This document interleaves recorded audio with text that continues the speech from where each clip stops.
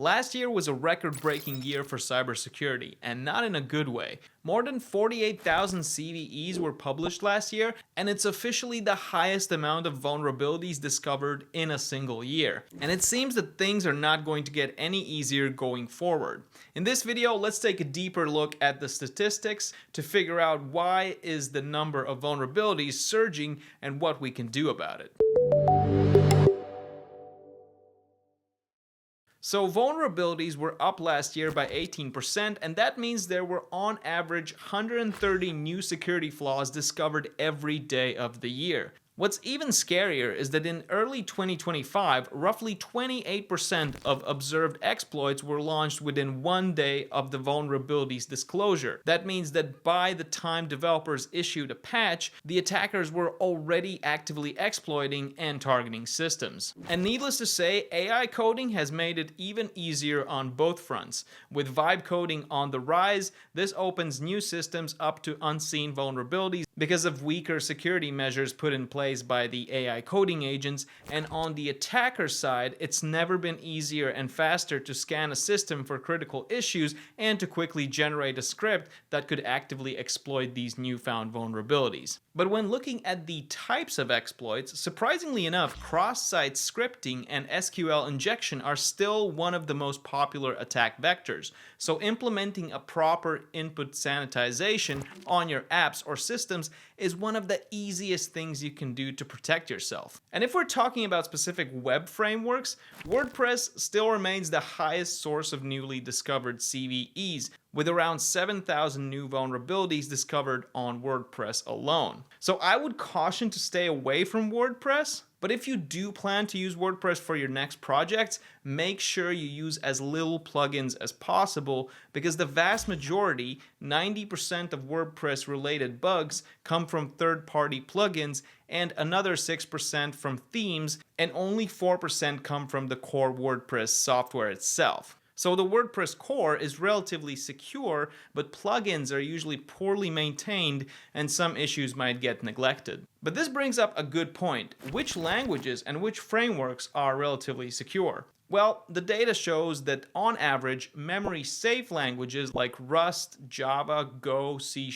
Python, or Swift are considered more secure than memory-unsafe languages like C, C++, or assembly, because these languages allow direct pointer manipulation, and research shows that roughly 70% of all high-severity security vulnerabilities in large code bases, like those at Microsoft and Google, are caused by memory safety issues. And a major shift in 2025 has been the aggressive push by organizations like CISA, the NSA, and the White House for developers to move away from memory-unsafe languages. It's also worth looking at code density when assessing vulnerability risk, because Google's 2025 data indicates that Rust code has a vulnerability density of 0.2 per million lines of code, compared to nearly 1,000 per million lines of code in historical C or C++ code. And this makes total sense because C and C++ has been around since the 70s,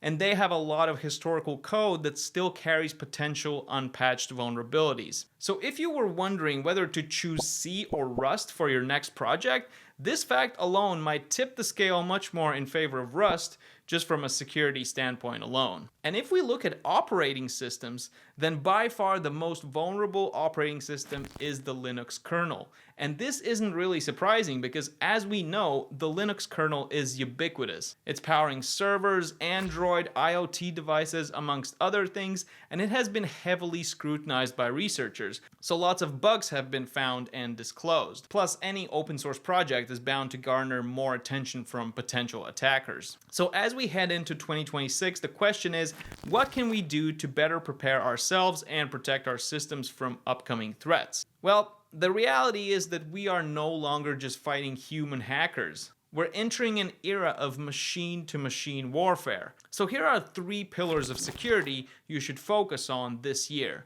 1. Prioritize memory safety. For all new development, prioritize memory-safe languages like Rust, Go, Swift, or others, and transitioning away from C and C++ is the most effective way to reduce your vulnerability density. 2. implement AI-driven monitoring. Since attackers now use AI to launch exploits within 24 hours of disclosure, manual oversight is no longer sufficient. You should deploy automated detection systems that use behavioral analysis to identify anomalies in real time. And a great monitoring tool for these types of detections is BetterStack. BetterStack now has AI native error tracking built into it, and it even includes an AI SRE that can alert you any time of the day when something in your system goes wrong. And third, minimize the supply chain surface.